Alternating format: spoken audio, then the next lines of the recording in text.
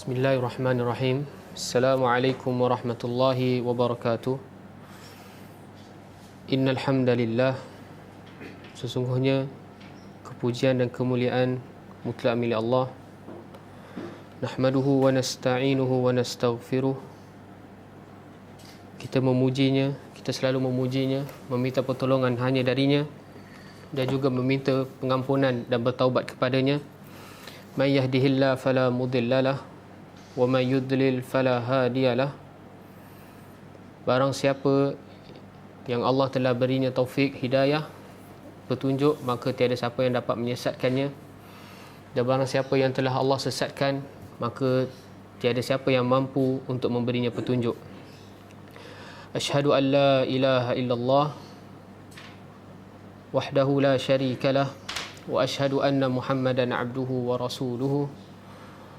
Dan aku bersaksi bahawa tiada ilah, tiada sesembahan yang berhak disembah dengan benar melainkan Allah semata, tiada sekutu baginya. Dan aku bersaksi bahawa Nabi Muhammad sallallahu alaihi wasallam adalah hamba dan pesuruh Allah. Qala Allah tabaraka wa ta'ala, Ya ayyuhalladzina amanu ittaqullaha haqqa tuqatih wa la tamutunna illa wa antum muslimun. Wahai orang-orang yang beriman, bertakwalah kepada Allah dengan sebenar-benarnya takwa, dan jangan sekali-kali kalian mati melainkan dalam keadaan Islam. Wa qala ya ayuhan nas u'budu rabbakum alladhi khalaqakum min nafsin wahidah wa khalaqa minha zawjaha وبث منهما رجالا كثيرا ونساء واتقوا الله الذي تساءلون به والأرحام إن الله كان عليكم رقيبا. Wahai sekalian manusia, bertakwalah kepada pencipta kalian, yang mana dia menciptakan kalian dari jiwa yang satu, dan dari jiwa yang satulah diciptanya pasangannya, dan dari keduanya lah Allah mengkembangbiakkan lelaki dan perempuan yang ramai. Bertakwalah kepada Allah yang mana kalian meminta kepadanya, dan bertakwalah kepada Allah dalam mengeratkan silaturahim. Sesungguhnya Allah Subhanahu wa taala Maha mengawasi. Wa qala ya ayuhan nas ittaqu ya ayuhan nas ittaqu ya ayyuhalladzina amanu ittaqu ya ayyuhalladzina amanu ittaqullaha wa qulu qawlan sadida yuslih lakum a'malakum wa yaghfir lakum dhunubakum wa man yuti'illaha wa rasulahu faqad faza fawzan 'azima. Wahai orang yang beriman, bertakwalah kepada Allah dan berkatalah dengan perkataan yang benar, maka nescaya Allah akan memperbaiki segala urusan dan juga mengampun segala dosa. Barang siapa yang mentaati Allah dan Rasul, sesungguhnya dia telah menang dengan kemenangan yang besar. Fa inna asdaqal hadithi kitabullah, sebaik-baik perkataan adalah perkataan Allah, Al-Quran. Wa khairul hadi hadi Muhammad sallallahu alaihi wasallam, dan sebaik-baik petunjuk adalah petunjuk baginda Nabi sallallahu alaihi wasallam. Fa inna kulla muhdatsatin bid'ah, sesungguhnya setiap yang baru dalam agama, setiap yang diada-adakan dalam agama adalah perkara yang bid'ah. Wa kulla bid'atin dalalah, dan setiap perkara bid'ah menjerumus kepada kesesatan. Wa kulla dalalatin finnar, dan setiap yang sesat tempatnya adalah di neraka Allah. Alhamdulillah alladzi bi ni'matihi tatimmus salihat. Bersyukur kepada Allah Subhanahu wa taala, pada pagi hari Khamis ini kita masih dapat meneruskan lagi pengajian hadis siri yang keempat. Walillahil hamdi wa minnah, lillahil hamdu wa minnah.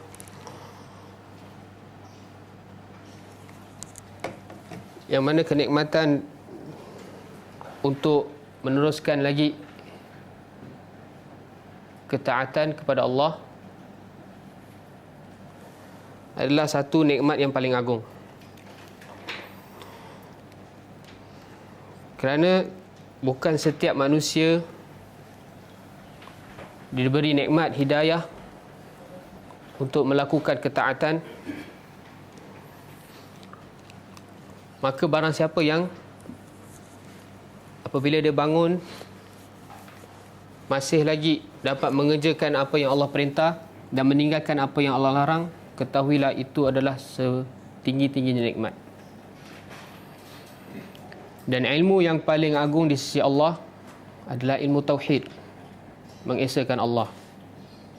Dan insya-Allah pada hari ini, pagi ini, kita akan memasuki berkaitan dengan iman, rukun iman. Tapi sebelum tu, kita minggu lepas kita akan bawakan beberapa dalil berkaitan dengan syarat-syarat kalimah la ilaha illallah. Betul? Terdapat 7 syarat kan?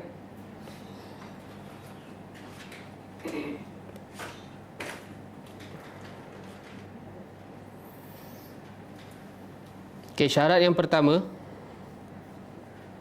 bagi kalimah la ilaha illallah iaitu tiada ilah. Ilah adalah Tuhan yang disembah hakun dengan benar melainkan Allah. Syarat yang pertama adalah ilmu. Okay, ilmu kat sebelah ada boleh tulis kata lawan adalah jahil, al-jahlu.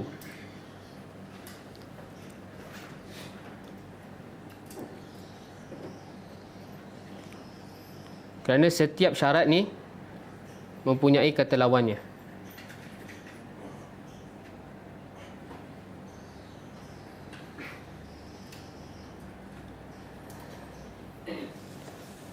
Dalilnya dalam surah Muhammad ayat 19. Dalil bagi syarat yang pertama iaitu ilmu dari Al-Quran adalah dalam surah Muhammad ayat 19.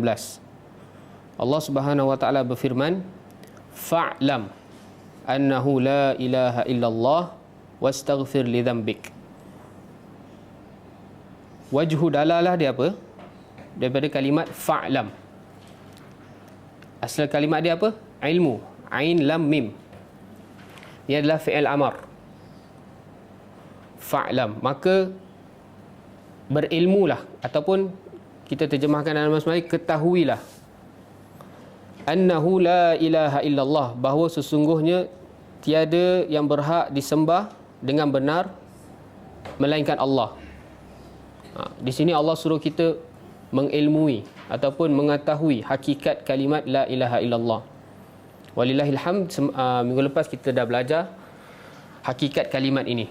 Ia bukan sekadar kalimat yang disebut dan diyakini bahawa Allah adalah pencipta, pengurus, memberi rezeki, bukan. Ia lebih daripada itu. Semua ibadah adalah mutlak milik Allah semata. Ibadah tu mencakupi segala sesuatu. Solat, tawakal, cinta, sembelih dan lain sebagainya.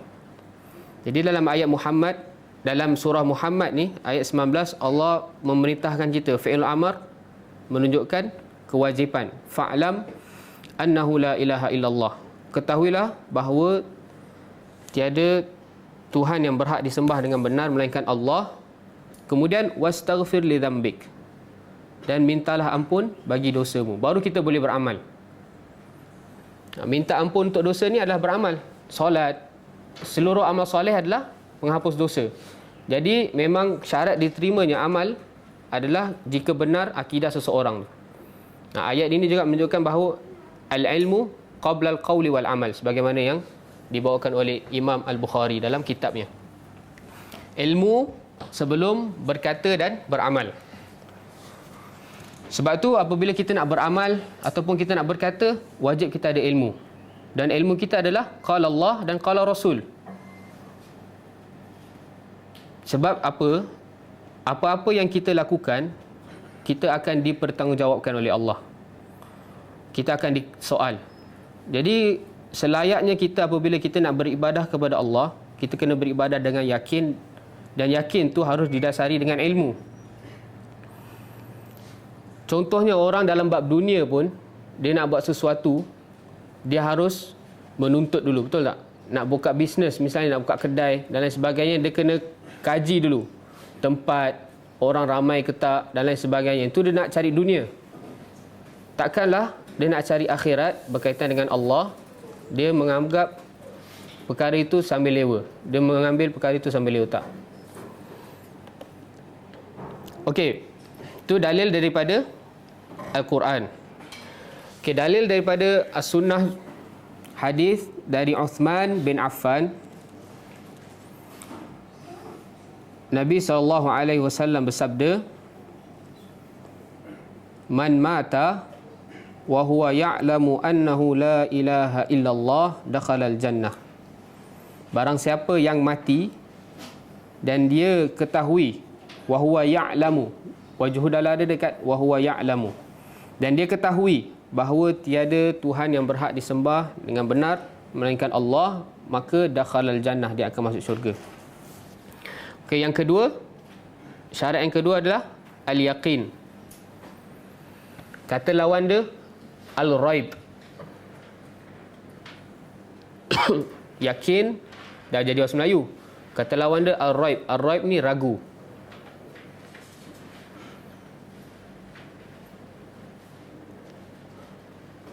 Apabila dia dah ketahui makna dari kalimat la ilaha illallah, dia dah ada ilmu tentang tu, next step dia kena yakin bahawa memang tidak ada Tuhan yang benar dan berhak disembah melainkan Allah.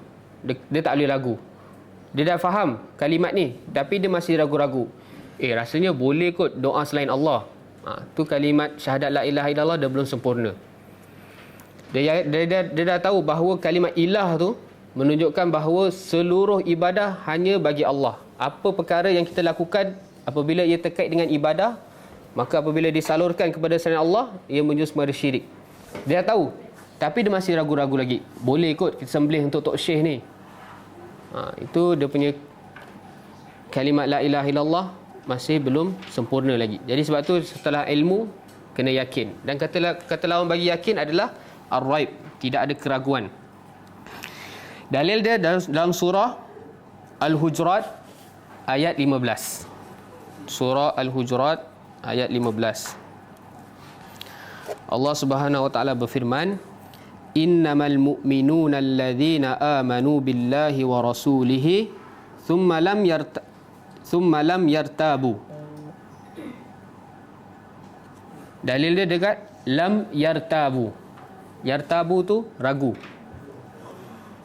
Sesungguhnya hanyalah orang-orang yang beriman adalah yang beriman kepada Allah, iaitu la ilaha illallah, dan beriman kepada Rasul, iaitu Muhammad Rasulullah. Kemudian lam yartabu, dia tidak ragu, dia yakin dengan apa yang dia ucapkan dan yakini.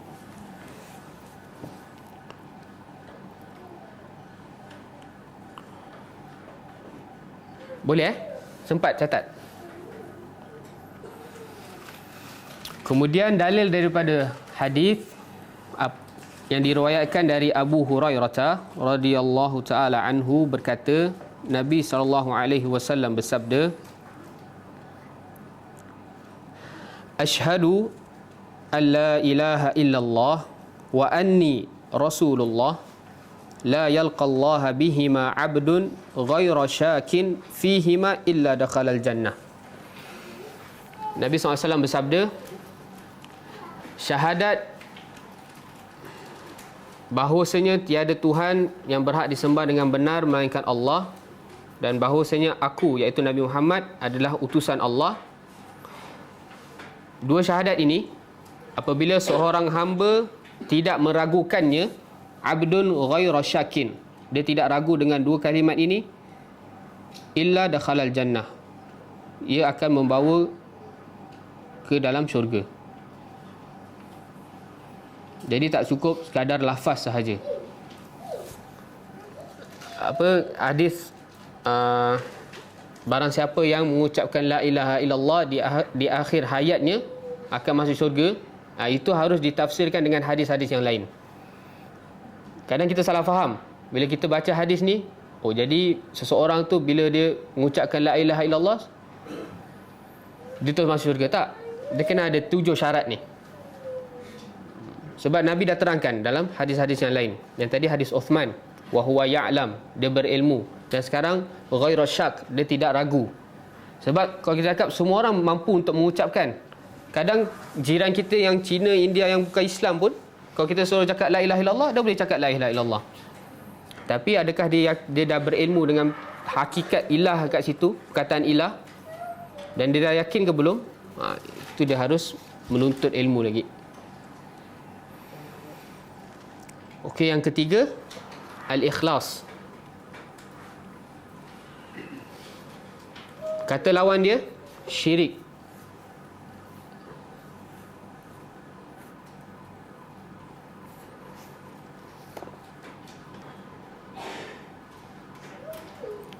Dalil dia dalam Al-Quran, surah Al-Bayyinah ayat 5.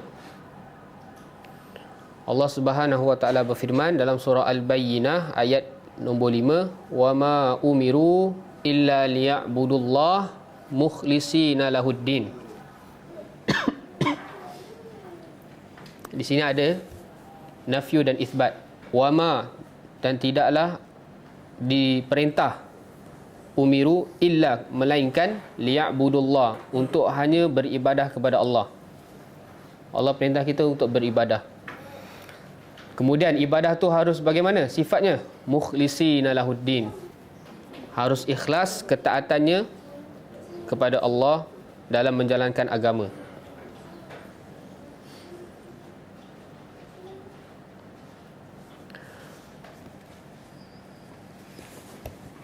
Hadis, manakala hadis yang menunjukkan syarat ikhlas dalam kalimah la ilaha illallah dari Abu Hurairah radhiyallahu taala anhu berkata bahawa Nabi SAW bersabda, "As'adun nas bisyafa'ati yaumal qiyamah man qala la ilaha illallah khalisan min qalbihi."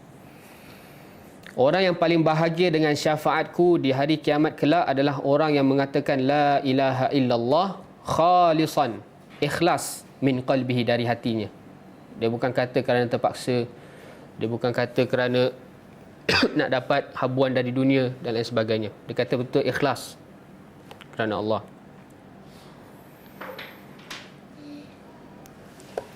Yang keempat, itu saya bagi tak ikut turutan. Jadi yang keempat sebenarnya as-sidqu, tapi tak ada masalah. Kita lompat balik.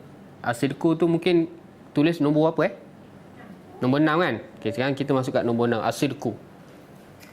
As-sidqu ni kata lawan dia al-kadhibu, dusta. As-sidqu maknanya benar, jujur. Tasdik, benar. As-sidqu, jujur. Kata lawan dia al-kadhib, bohong, tipu, dusta. Dalil dia dalam Al-Quran, surah Al-Munafiqun ayat 1.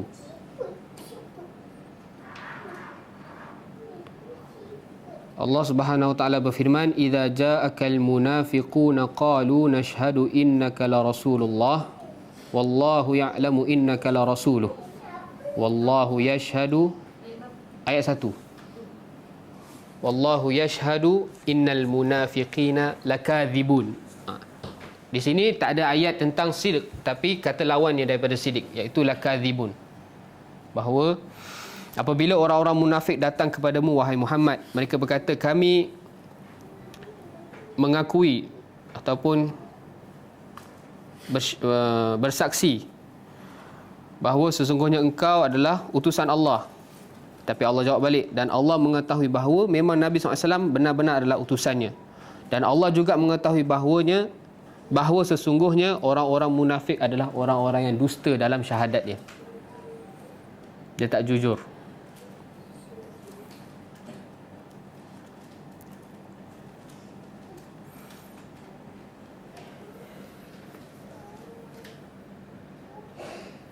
Okey, dalil daripada hadis riwayat daripada Mu'adz bin Jabal radhiyallahu taala anhu, dari Nabi SAW bersabda, "Ma min ahadin yashhadu an la ilaha illallah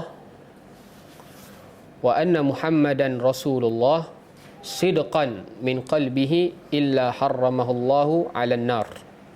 Tidak ada seorang pun yang bersyahadat bahawa tiada Tuhan yang disembah dengan benar selain Allah, dan bahawasanya Nabi Muhammad adalah pesuruh Allah, sidqan min qalbihi, jujur dari hatinya, dia tak tipu, dia kata tu dengan perasaan yang jujur, illa harramahullahu 'alan nar, kecuali pasti Allah akan mengharamkan ke atasnya api neraka.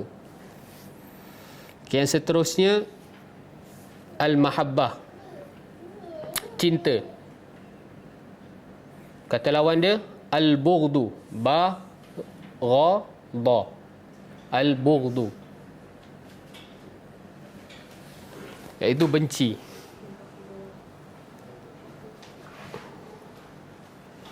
Ataupun al-karhu pun boleh, al-karaha, karhu.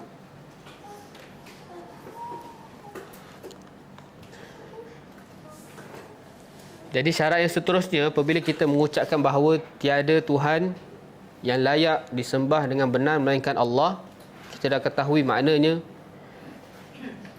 kita dah yakin bahawa memang hanya Allah yang berhak disembah, kemudian ikhlas kerana Allah, tidak ada apa-apa niat, hanya kerana Allah.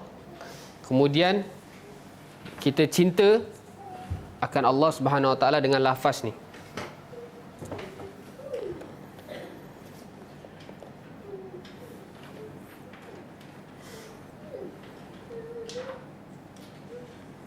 Dalilnya daripada Al-Quran, firman Allah Subhanahu Wa Taala dalam surah Al-Baqarah ayat 165.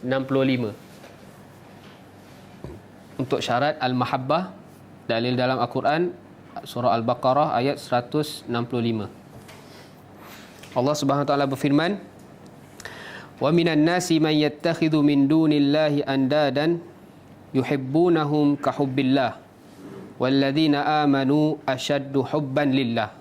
Dan di antara manusia ada orang yang menyembah ataupun mengambil tandingan selain Allah, iaitu perkara-perkara yang dia sembah selain Allah, tandingan. Yuhibbunahum ka hubbillah, mereka mencintai benda-benda yang disembah selain Allah ni seperti mana cintanya kepada Allah. Jadi dalam bab cinta ni, dia samakan cinta dia kepada Allah dengan cinta dia kepada yang disembah selain Allah. Walladzina amanu ashaddu hubban lillah. Adapun orang-orang yang beriman, kecintaannya kepada Allah asyad, sangat-sangat dahsyat.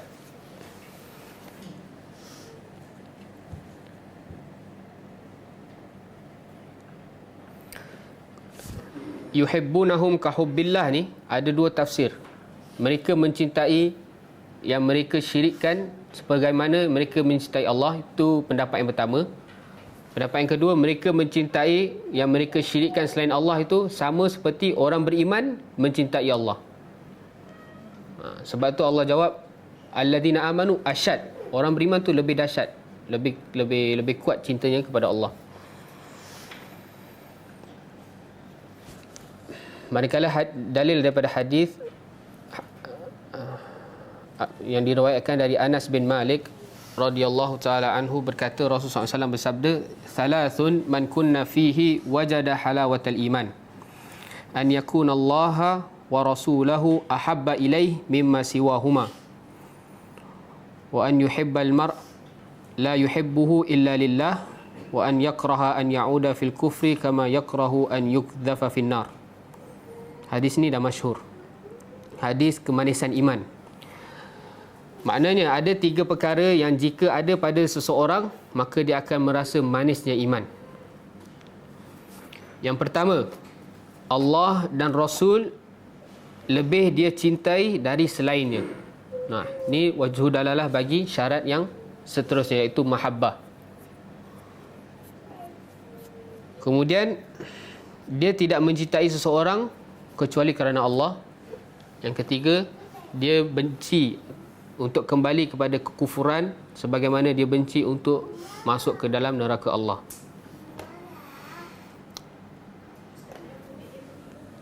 Macam mana?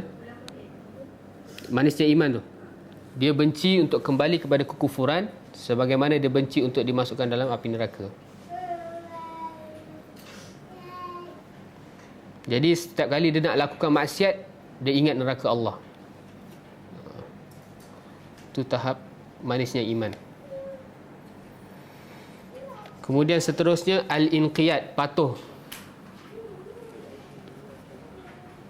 Kata lawan dia at-tarku, ta ra kaf. Tarku taat, al-inqiyad taat, at-tarku meninggalkan.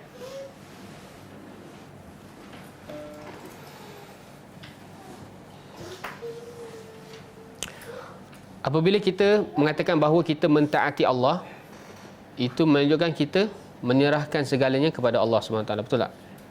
Itu yang dimasukkan dengan Islam. Al-inqiyad adalah taat. Kata lawan dia at-tarku. At-tarku, ta, ra sukun, kaf. Iaitu makna dia meninggalkan. Taraka yatruku.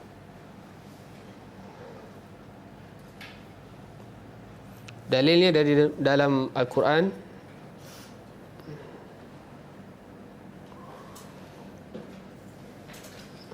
Surah Az-Zumar ayat 54. Az-Zumar ayat 54.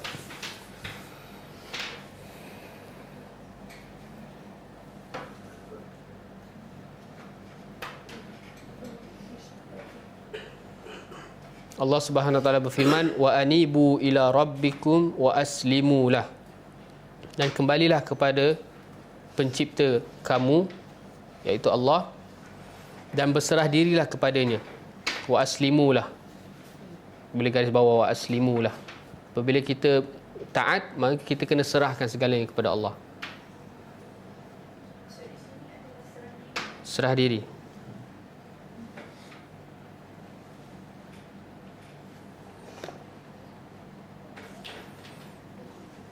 Okay, untuk al-inqiyad dengan al-qabul tak ada hadis, dah ada dalam Al-Quran ni. Kemudian al-qabul, menerima. Kata lawannya ar-rad. Alif lam ra dal. Ar-raddu.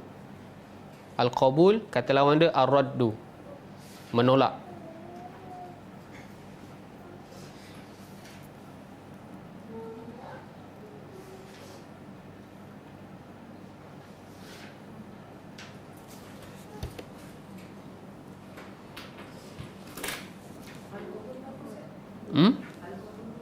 Menerima.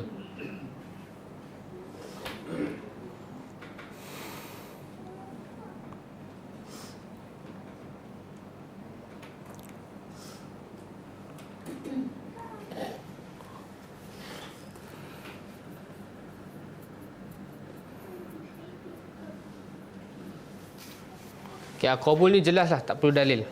Apabila dia dah melakukan semua syarat keenam yang atas, menunjukkan dia telah menerima kalimat la ilaha illallah dengan sebenar-benarnya penerimaan.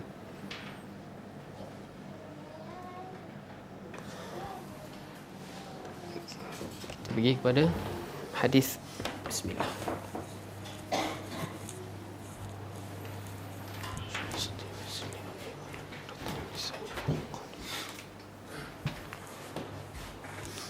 Okey. Bismillah. Minggu lepas kita dah belajar tentang rukun Islam. Tetapi banyak orang cakap, banyak dari kalangan pelajar cakap terlalu cepat. Cepat sangat minggu lepas. Suara slow eh? Macam nak kot nanti terpekik pula. Okey, tak apa. Sebab selepas hadis Jibril ni, kita akan masuk hadis Abdullah bin Umar berkaitan dengan rukun Islam. Jadi nanti insyaAllah bila kita masuk hadis tu, kita boleh syarah lebih panjang lagi, insyaAllah. Okey, insya-Allah hari ini kita akan masuk berkaitan dengan rukun iman.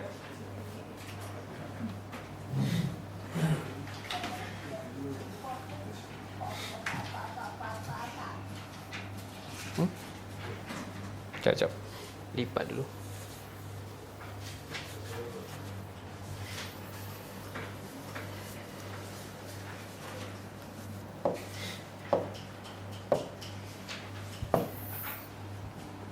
Okey, tak apa. Okey. Hari ini kita masuk tentang rukun iman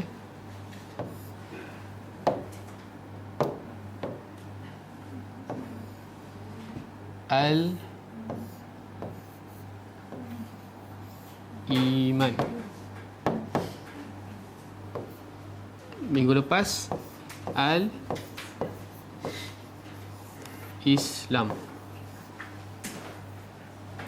Okay, first kali lupa kita nak ambil ta'arif tentang Islam. Islam adalah, secara bahasa adalah daripada kalimat menyerah diri, betul? Secara syarak dia ada apa? Al-Istislamu. Jelas Al-istislam lillahi bitauhid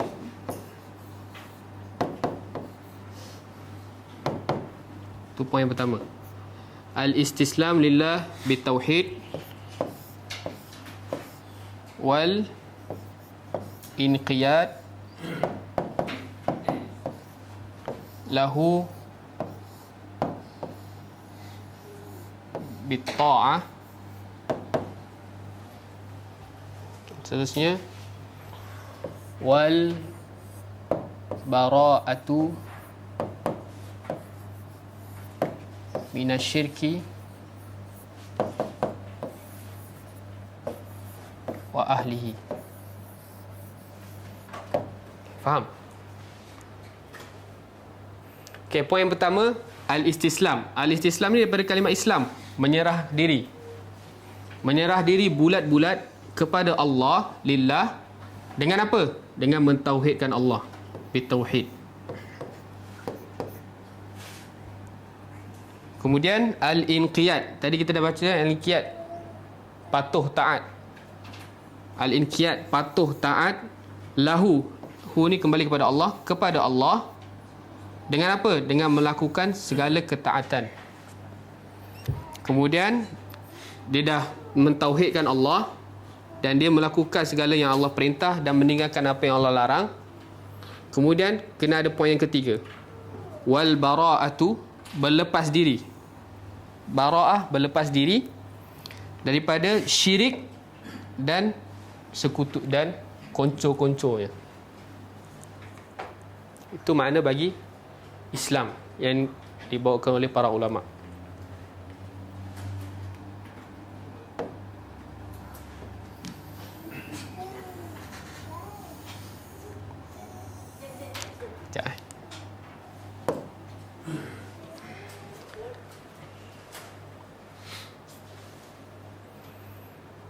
Okey, saya tak padam. Saya pergi kat iman pula. Okey, sebelum kita masuk kat rukun iman, apa beza iman dengan Islam? Iman hati, Islam? Okey. Rumusan dia, Islam adalah perkara yang zahir. Iman perkara yang batin. Islam antashhada, siapa dah hafal hadis? Akhbirni anil Islam ya Adam. Akhbirni anil Islam. Antashhada alla ilaha illallah. Kita berkata, itu zahir. Wa antuqimas salah, mendirikan salat, itu semua zahir. Yang iman kita akan masuk ni, ia berkaitan dengan batin, keimanan, kepercayaan, keyakinan. Itu bezanya. Tetapi apabila dalam syarak, dalam nas dibawakan perkataan Islam dan iman secara bersamaan, maka dia akan membawa Islam adalah zahir, iman adalah batin. Tetapi kalau misal kata dalam nas Al-Quran dan Sunnah bawa perkataan Islam sahaja, ia mencakupi keduanya. Dia sama macam perkataan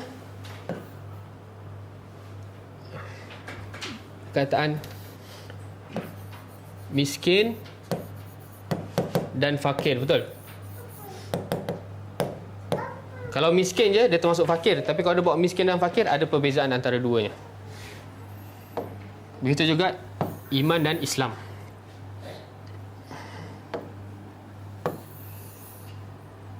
Okey.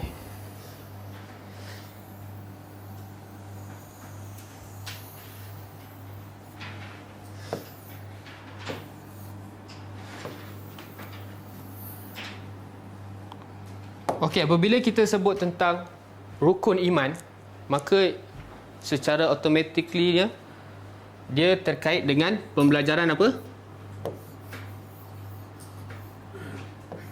Akidah, betul?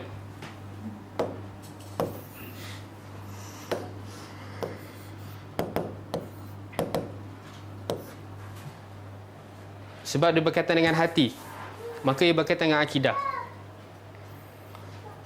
Okey, apa makna akidah? Akidah secara bahasa, lughatan, diambil daripada kata aqada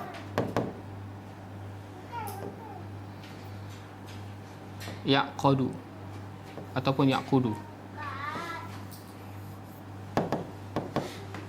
Uqdan, kata terbit dia uqdan aqidatan ataupun aqidatan. Aqadah ni apa? Simpulan.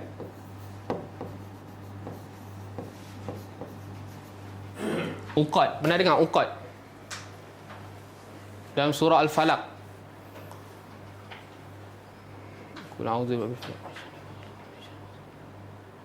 Wa min syarrin naffatsati fil uqad. Daripada bomoh-bomoh perempuan yang meniup pada simpulan-simpulan uqad. Jadi akidah adalah simpulan yang ketat. Orang panggil asyaddu,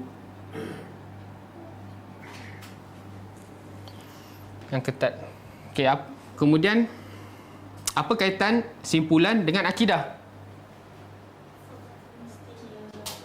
Jadi akidah secara istilah hukmu al-dhihnu al-jazimu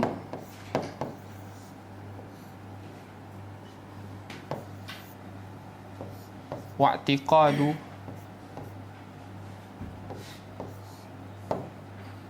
bil qalb. Jadi ini secara istilahan.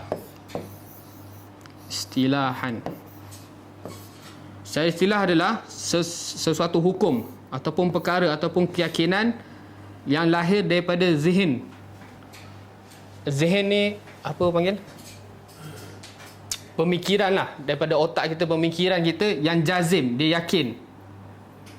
Kemudian dari pemikiran yang yakin, dia ikat di dalam hatinya. Itulah akidah.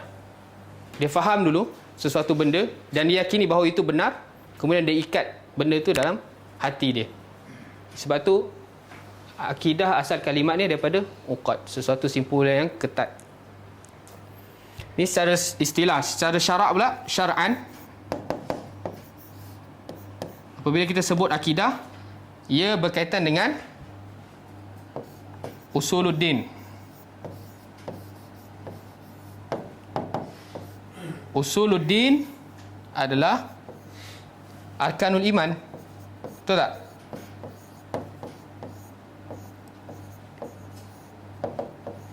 Beriman kepada Allah, beriman kepada para malaikat, beriman kepada kitab-kitab, beriman pada nabi, beriman pada hari akhirat dan beriman pada qada dan qadar.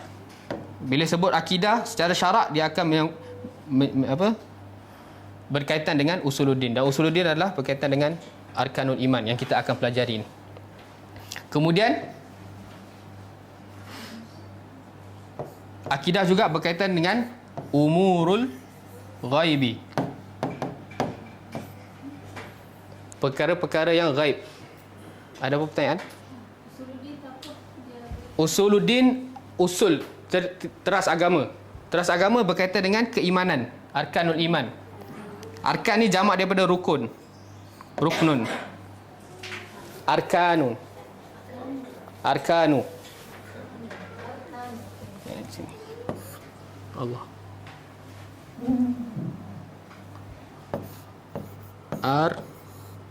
Arkanu al iman. Okey, kemudian apabila sebut akidah, ia berkaitan dengan umurul ghaib. Umurul ghaibi.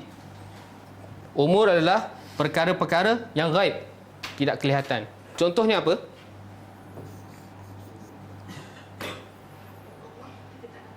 Allah dah termasuk rukun Islam. Rukun iman. Kat sini dah settle. Malaikat pun ada. Syurga, neraka. Tapi kebanyakan manusia yakin syurga, neraka. Kenapa? Kalau para ulama' dia meletakkan satu ta'arif, dia mesti ta'arif jami' mani'. Dia mencakupi semua sesuatu dan dia tidak ada halangan untuk memahami ta'arif tersebut. Jadi apabila ulama' dah letakkan akidah secara syarak berkaitan dengan usuluddin, iaitu arkanul iman, dan juga berkaitan dengan ghaib, syurga, neraka. Kebanyakan manusia dalam bab syurga, neraka ni tak ada kebanyakan yang menyeleweng lah, betul tak? Apa yang ada kelompok yang menyeleweng dalam bab ghaib? Azab kubur. Ada kelompok yang tidak percaya tentang azab kubur. Apabila dia meragui tentang azab kubur, akidah dia problem. Dosa pahala juga sama. Dosa pahala dia terkait dengan syurga, neraka. Azab kubur, kemudian sihir. Ada orang tak percaya sihir, sedangkan dah jelas dalam Al-Quran dan juga As-Sunnah. Ada tak zaman sekarang yang terlalu maju sangat sampai tak percaya sihir ni macam merepek, tak percaya? Tak, sihir ada. Okey, kemudian yang ketiga, wama ajma'a alaihi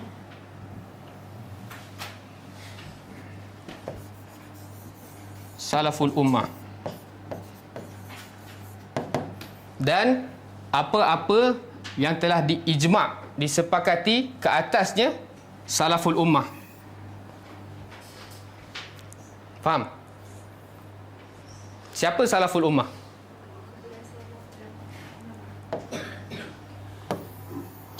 Lebih dari ulama'. Okey, salaful ummah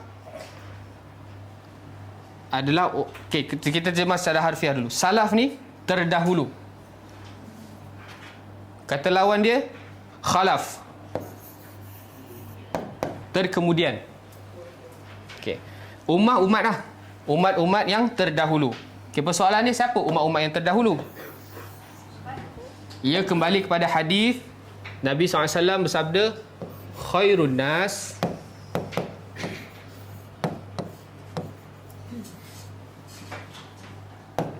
nombor 1, qarni, pada kurunku.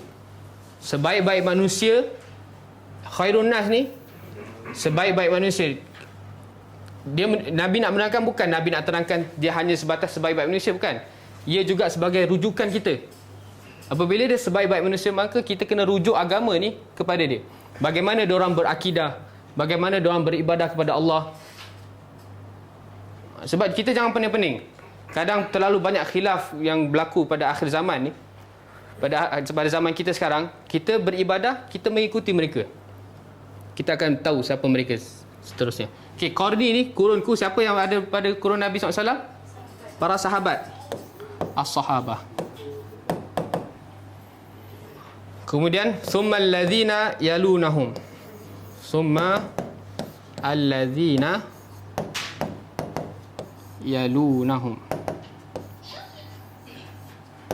Kemudian orang-orang yang setelah dia, setelah mereka. Siapa? Tabi'in. Tabi'in pun kita dah belajar kan? Siapa tabi'in? Orang-orang yang bertemu dengan para sahabat. Lepas tu Nabi tak cukup situ. Nabi cakap summal ladzina yalunahum. 2 kali Nabi sebut.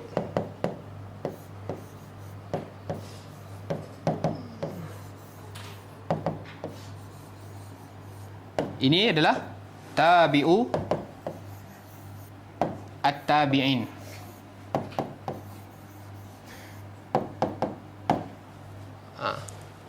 Mereka 3 kurun ni adalah salaful ummah. Okey, boleh? Okey. Okey. Terdapat khilaf di kalangan ulama yang menerangkan tentang makna qarn ni. Sebab qarn kalau kita terjemah secara bahasa Melayu, kurun. Kurun tu berapa tahun? 100 tahun, betul tak? Jadi ada ulama yang menafsirkan orang yang qarni ni 1 sampai 100 tahun seterusnya. Yang ni 100 tahun sampai 200. Ni 200 sampai 300. Tapi ada ulama yang menerangkan itu adalah qaul yang lebih masyhur. Dia tak terkait dengan zaman. Dia lebih terkait dengan ta'arif bagi tabi'in. Sahabat, orang yang bertemu dengan Nabi SAW. Tabi'in, orang yang bertemu dengan sahabat. Tabi'ut tabi'in adalah orang yang bertemu dengan tabi'in.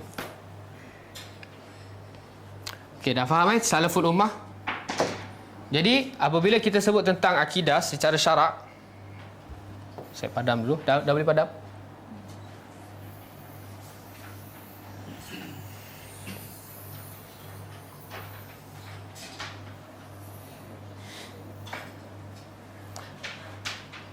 Okey, apabila kita berkaitan dengan akidah, ia adalah usuluddin. Kemudian perkara-perkara yang ghaib, kemudian apa-apa yang telah ijma' disepakati oleh salaful ummah. Contoh dia apa? Contoh dia al-mashu alal khuffain. Ni Ustaz Abdul Muin ada sentuh Jumaat lepas dekat Damansara. Betul tak? Al-mashu alal khuffain. Ini bab fiqh. Bab fiqh ni sapu di atas khuf. Tapi ulama masukkan dia dalam bab akidah. Sebab apa? Sebab al-mashu alal khuf ni adalah ijma' para salafus salih. Memang Nabi SAW melakukan dia.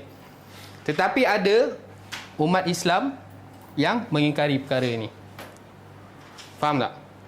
Syiah dan kelompok-kelompok yang lain. Dia mengingkari tentang al-mashu alal khuf. Jadi, apabila dia mengingkari sesuatu yang telah ijma', ia terkait dengan akidah. Okey.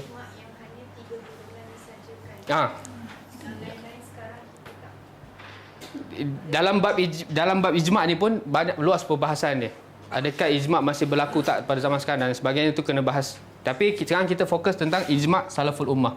Ia terkait dengan apa yang para sahabat meriwayatkan dari Nabi. Apa yang ada di dalam sahih. Betul. Apabila hadis dah sahih mengatakan Nabi melakukan dia, walaupun ia termasuk bab fiqh, tetapi bila orang mengingkari, ia termasuk dalam bab akidah.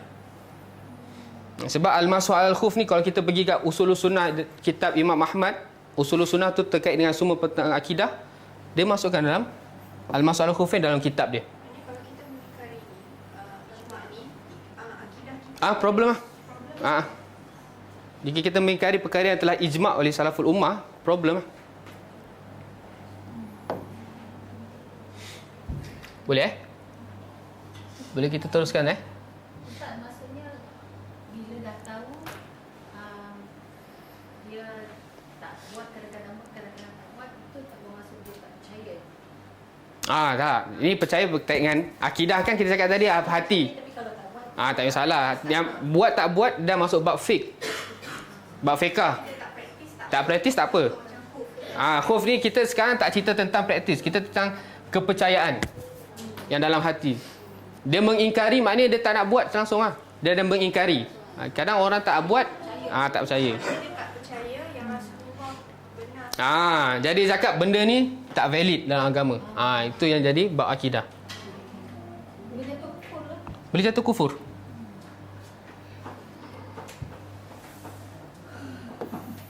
Okey, sekarang kita dah tahu makna akidah. Jadi insya-Allah rukun Islam adalah terkait dengan akidah. Rukun Islam, rukun iman, minta maaf. Okey, sekarang kita belajar tentang iman. Okey, sebelum kita nak masuk rukun iman. Apa itu al-iman?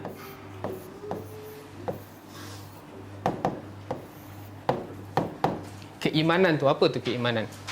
Okey, secara bahasa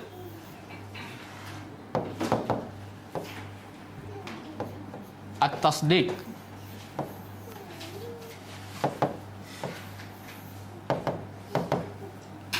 Jadi syarat tu as-sidqu kan? Jujur. Betul tak? Ni at-tasdiq tambah ta. Membenarkan. Dia bukan jujur, dia membenarkan. Maknanya keimanan secara bahasa adalah kita membenarkan apa yang kita percaya.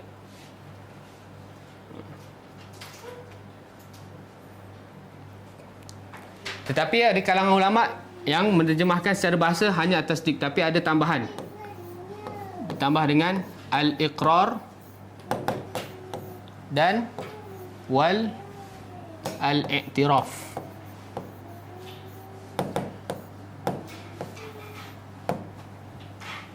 Sebab apa?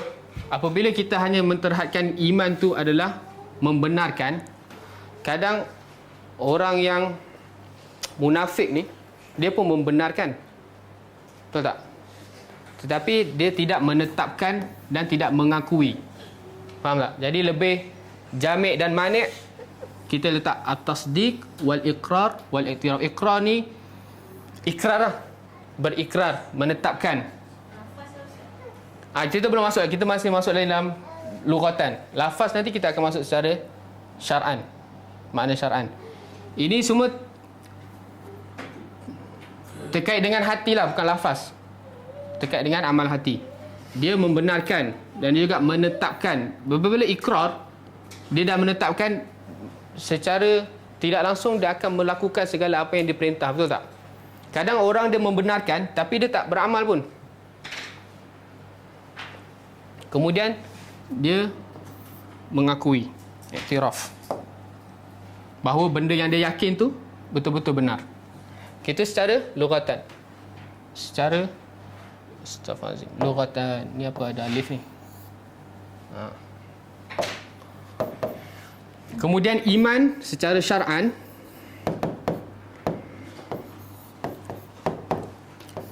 al-qawlu bil lisan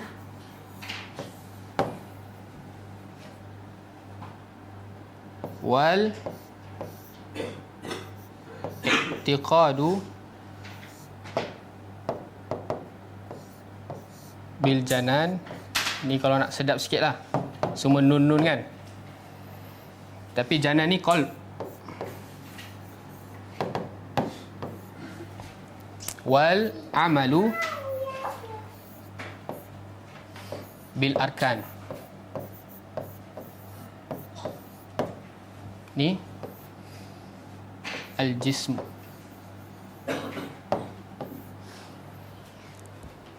Okey, bila kita sebut iman secara syarak, dia mesti harus ada 3 perkara ni baru dinamakan iman, keimanan. Yang pertama, al-qawlu bil lisan. Ini amalan lisan lah. Kemudian wal i'tiqadu bil janan ataupun bil qalb, itu amalan hati. Kemudian wal amalu bil arkan, itu amal secara zahir, tubuh badan. Kenapa para ulama meletakkan ketiga-tiga ni? Sebab ada kelompok yang membawa keimanan secara syarak hanyalah i'tiqad bil ajnan.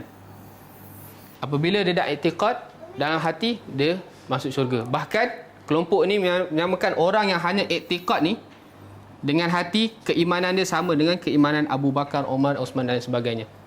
Hanya dengan i'tiqad. Dia nak maksiat-maksiat lah, tapi apabila dia yakin Allah, dia masuk syurga. Itu ada problem kat situ. Sebab tu para ulama membertakrif syar'an iman adalah al-qawlu bil lisan wal i'tiqadu bil janan wal amalu bil arkan. Faham? Murji'ah, betul. Itu kelompok Murji'ah.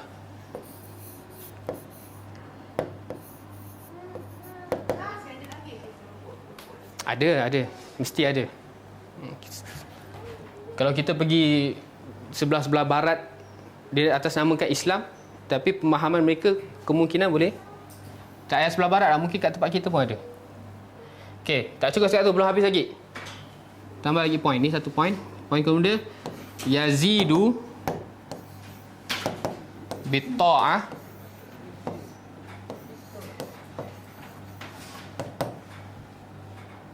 wa yankusu bil maksiyah. Ni adalah takrif iman bagi Ahlus Sunnah wal Jamaah. Iman itu akan bertambah, yazid, dengan apa? Dengan ketaatan kepada Allah. Wa yankus, dan dia akan berkurang dengan apa? Dengan maksiat kepada Allah SWT.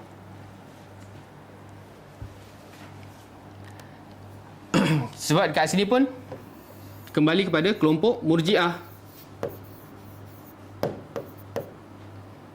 dan juga kata lawan dia Al-Khawarij. Boleh ke pening sikit? Tak ada Okey. Kelompok Murji'ah dan Khawarij ni problem dia kat apa? Dekat iman. Dia menganggap iman tu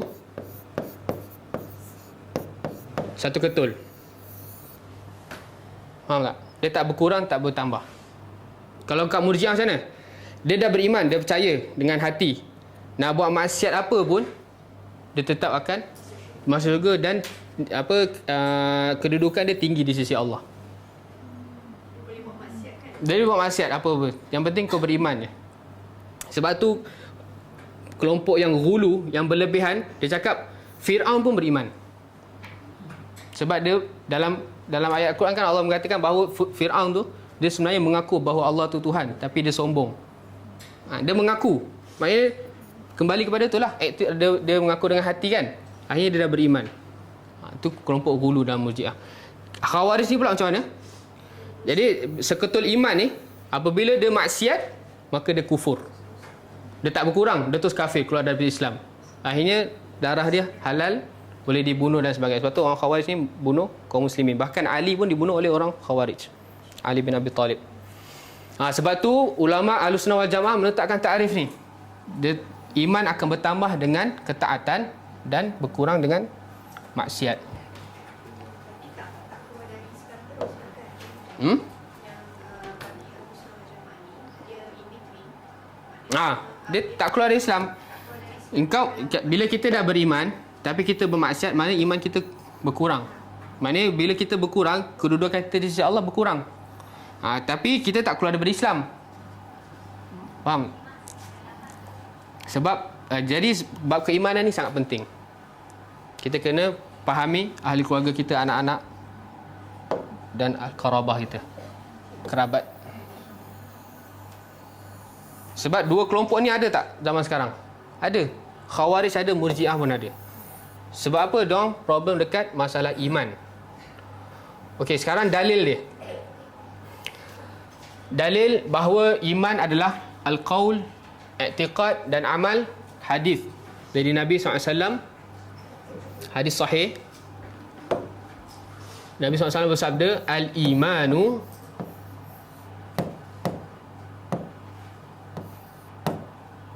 bid'un wa sab'una syu'bah. Wa sab'una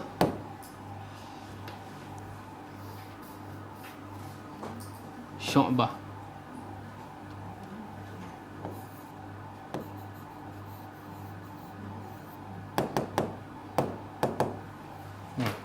Nabi SAW bersabda, iman itu bid'un ni dari salasa ila tis'ah. Jadi iman tu ada 73 hingga 79 syu'bah cabang.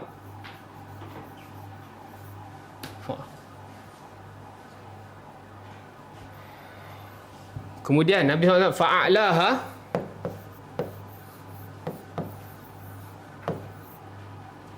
qawlu la ilaha illallah. keimanan yang paling tinggi adalah qaul, perkataan. Kembali kepada ni. Betul tak? Ni dalil dia. Jadi iman tu harus dengan amal lidah. Wa adnaha, dan yang paling rendah sekali derajat iman, imatatul adha anit tariq.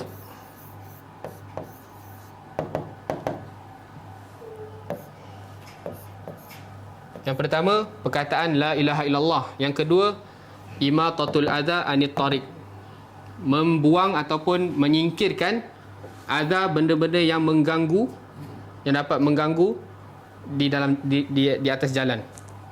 Sesuatu, ada benda yang mengganggu di atas jalan, dia angkat dan dia buang. Itu keimanan juga. Keimanan berupa apa? Al-amal, perbuatan. Betul tak? Kemudian Nabi sambung lagi. Wal haya'u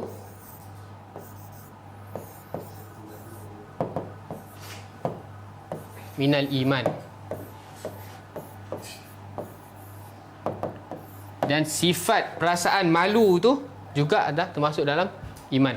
Malu untuk bermaksiat kepada Allah, malu untuk berbuat dosa. Tapi dalam agama tiada malu. Malu yang di sini yang dimaksudkan adalah malu untuk bermaksiat kepada Allah. Okey, haya ni, malu ni apa? Amalan hati.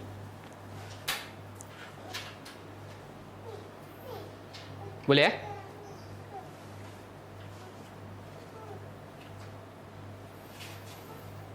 Okey. Maksud cabang 73 ke 79 adalah antara tiga ni. Ada tiga ni . Ni la ilaha illallah ni nombor 1. Yang imatatul adha ni nombor 73 ataupun 79. Hayat ni termasuk tengah-tengah dia. Jadi keimanan tu ada darajat dia. Okey, dalil untuk iman bertambah dengan ketaatan dan berkurang dengan maksiat, surah Al-Anfal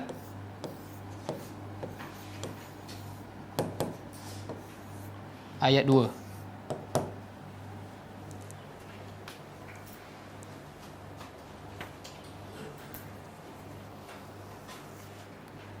Saya ambil dia punya lafaz je. Zikirallahu wajal qulubuhum wa idza tuliyat alaihim ayatuhu zadathum imanan. Imanan. Wa ala rabbihim tawakkalun. Perkataan tambah. Itu untuk ziyadah. Boleh faham? Orang-orang beriman apabila disebut tentang Allah, dibacakan Al-Quran, tu berkaitan dengan taat, maka zadathum imana, akan bertambahlah keimanan mereka.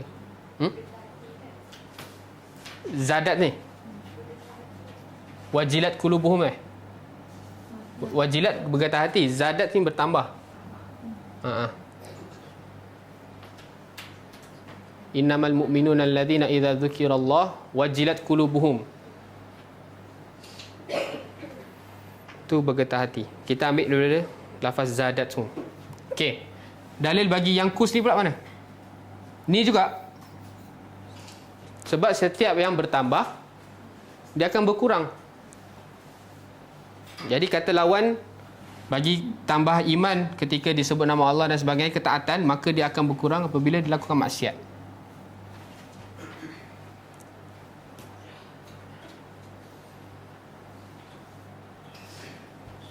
Boleh?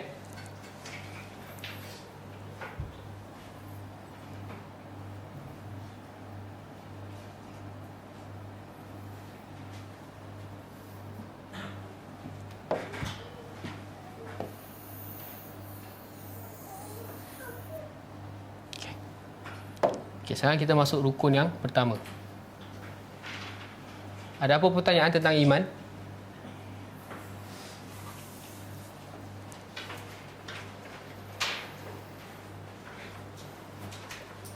Okey, kemudian setelah Jibril datang kepada Nabi SAW bertanyakan tentang Islam, Lepas tu Nabi cakap apa? Sadaqta, engkau telah benar. Maka Umar dan para sahabat yang lain, fa'ajibna lahu yas'aluhu wa yusaddiquhu. Kami takjub, terkejut dengan keadaan dia. Dia tanya tapi dia membenarkan. Kemudian sambung lagi. Jibril qal. Maka Jibril berkata, fa akhbirni anil iman. Maka berilah aku kabar ataupun beritahulah aku tentang iman. Di sini Nabi jawab bukan makna iman, tapi Nabi jawab tentang rukun iman. Makna iman tu apa yang kita dah bahas tadilah. Itulah iman di sisi Ahlussunnah wal Jamaah. Ia semua berdasarkan dengan hadis yang sahih dan juga ayat Quran, betul tak? Tapi dalam takrif kat sini ni Nabi menerangkan tentang rukun dia. Okey, rukun pertama antu'mina, bahawasanya engkau beriman billah, dengan Allah Subhanahu Wa Taala. Okey, al-imanu billah. Pertama, al-imanu billah, beriman kepada Allah Subhanahu Wa Taala. Kenapa Nabi SAW mulakan dengan beriman kepada Allah? Tak al-imanu bil malaikah dulu ke? Letak Allah akhir ke tengah-tengah ke? Sebab Allah adalah kunci untuk kita beriman seterusnya ni. Apabila kita fail dekat iman kepada Allah, yang setelah ni betul lagi lah. Sebab tu yang pertama, dari sini di pengajaran dia apa? Cara dalam mengajar, kita mengedepankan yang paling penting. Nabi mengajar kita mengedepankan yang paling penting, paling asas. Baru yang terkemudian. Okey, bila cerita tentang beriman kepada Allah, ia bercerita tentang apa? Bila kita cerita tentang Allah, kita tentang apa? Tentang yang paling, perkara yang paling penting sekali dalam agama. Wujud lagi. Esa lagi. Pencipta. Okey, Masya Allah. Tu semua adalah ringkasan daripada At-Tauhid. Kalau cakap tadi orang jawab Tauhid, dah settle lah. Tak payah nak esa apa pencipta. Okey. Apabila kita cerita beriman kepada Allah, kita kena tahu tentang Tauhid. Apabila kita nak tahu Tauhid, kita kena tahu juga tentang syirik. Kata lawannya. Sebab tu dua perkara ni sangat penting. Tidak ada kata berhenti untuk kita belajar walaupun kita dah tahu. Kadang ada orang dulu masyayikh kita dekat Saudi diceritakan, para pelajar ada mengadu dekat syekh dia. Syekh dah penatlah belajar tentang tauhid syirik, asyik tauhid syirik je. Orang-orang putih tu dah sampai pergi bulan. Akhirnya syekh dia tanya, ada seorang ni kat kampung, time mula-mula kelas lah, dia bercerita, ada seorang ni kat kampung, dia dah berzina dengan mak dia sendiri. Syekh tu cakap, apa pandangan korang tentang orang ni? Akhirnya dia cakap, ya Allah, teruknya dia orang menerukkan orang tu lah, menunjukkan perasaan yang sangat benci lah, berzina dengan mak sendiri. Lepas tu besok harinya ataupun lusa, Syekh datang lagi dan bercerita, ada seorang kat kampung ni, dia tawaf kat kubur. Oh, biasa lah Syekh, tawaf kat kubur memang berlaku. Akhirnya saya cakap, buka balik kitab Tauhid. Korang zina dengan mak ni belum sampai tahap syirik. Korang punya caci maki, punya benci lebih daripada orang yang tawaf kat kubur. Itu nampak tak? Maknanya keimanan kita, kefahaman tentang tauhid tu dah berbeza. Orang yang berzina dengan mak, dengan orang yang tawaf kat kubur, mana yang akan masuk neraka selama-lamanya? Kat kubur ni selama-lamanya, sebab dia mensyirikkan Allah. Sebab tu Allah cakap apa? Innallaha la yaghfiru an yushraka bihi wa yaghfiru ma duna dzalika liman yasha. Sebab tu tauhid kita kena selalu belajar, sebab ini adalah punca ataupun asas untuk naiknya iman kita. Dan dia tauhid yang paling banyak diceritakan adalah dalam Al-Quran. Sebab tu walillahilham kita belajar tadabbur setiap malam. Okey, bila kita berkaitan dengan tauhid, iaitu berkaitan dengan Allah. Lagi tak? Masa lagi. Berapa jam lah? Dah 1 jam lebih tak? Okey, kita 10 minit ke? Okey, apabila kita bercerita tentang keimanan kepada Allah Subhanahu Wa Taala, kita dah cakap tadi, ia berkaitan dengan tauhid dan kata lawannya syirik. Apabila kita buka Al-Quran, sebab rujukan kita adalah Al-Quran dan As-Sunnah, betul tak? Dan juga As-Sunnah, untuk cari apa yang Allah cerita tentang diri dia sendiri. Betul tak? Maka bukalah mana-mana surah, bukalah mana-mana hadis, apabila ia terkait dengan Allah, dia tak lari daripada 3 perkara. 1, 2, 3. Yang pertama, ia terkait dengan Ar-Rububiyah. Saya bagi poin dulu. Nanti kita punya ta'arif dan apa kita bahas minggu depan insya-Allah, sebab dah tinggal 10 minit je. Kemudian yang kedua, Al-Uluhiyah.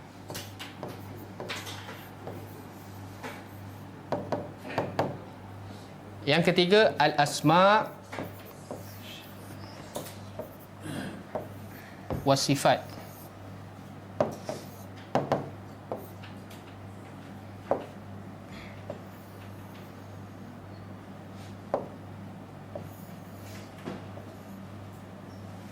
Bukalah mana-mana surah daripada Al-Baqarah sampai An-Nas, bila bercerita tentang Allah, dia hanya cerita tentang 3 ni sahaja. Jadi kadang orang mengatakan bahawa tauhid 3 adalah perkara yang bid'ah. Tak. Ia bukan perkara yang bid'ah, sebab ia adalah rumusan para ulama setelah dia mengkaji daripada Al-Quran dan Sunnah berkaitan dengan Allah. Faham? Yang ketiga apa? Al-Asma' wa Sifat. Nama-nama dan sifat-sifat Allah.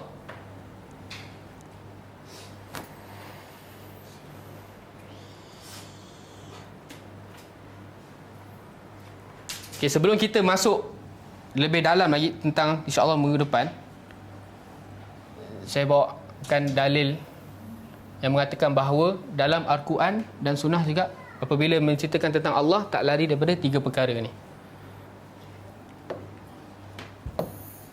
Surah apa dalam Al-Quran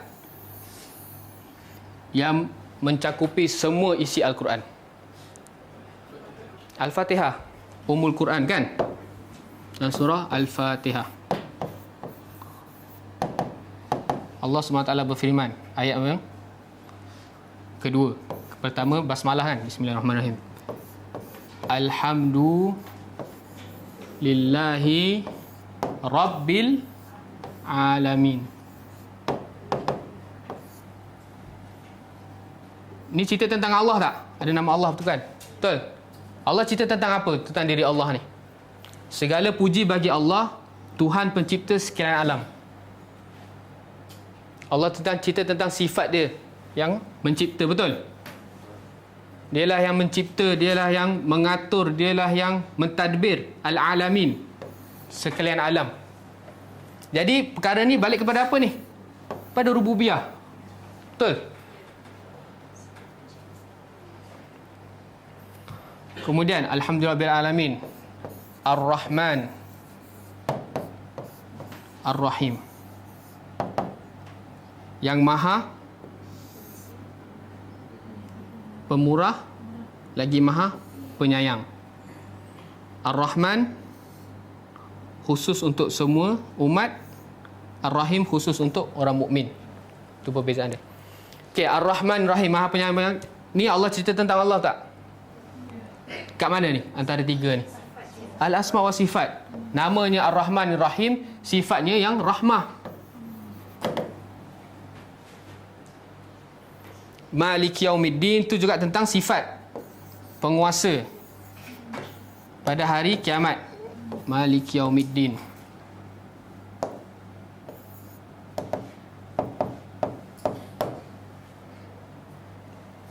Okey, kemudian seterusnya Allah berfirman pula, Iyyaka na'budu wa iyyaka nasta'in.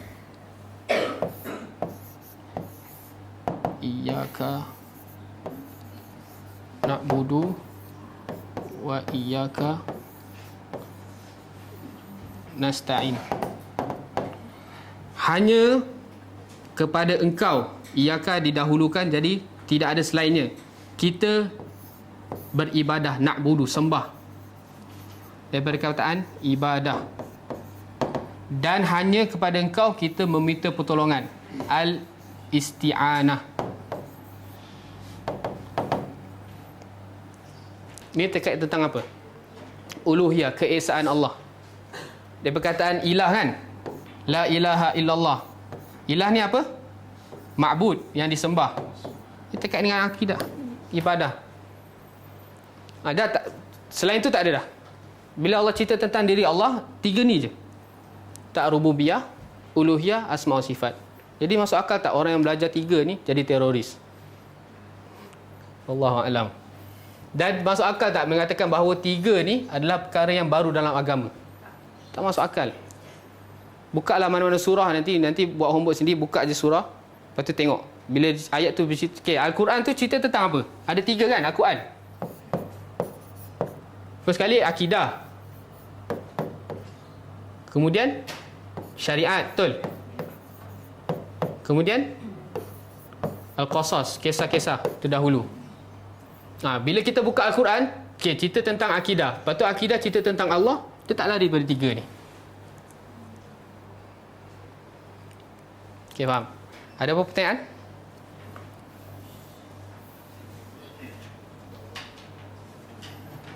Tak apa dah, buka je. Wallahu ta'ala a'lam.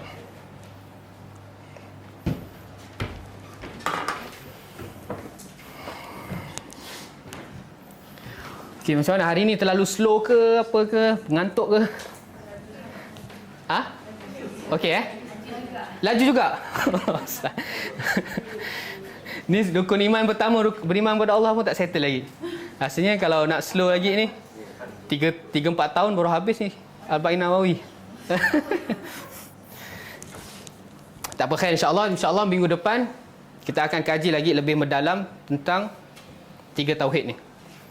Supaya nanti bila kita jumpa jiran ke sesiapa lah cakap jangan belajar tentang tauhid 3 apa sebagainya yang dia masukkan, yang kita sebut tu, kita boleh terangkan dia apa hakikat 3 tauhid ni. Dia bukan dapat menjadi seorang jadi teroris, dia jadi orang yang lebih soleh, orang yang lebih, wallahu alam, kena tanya orang tu lah.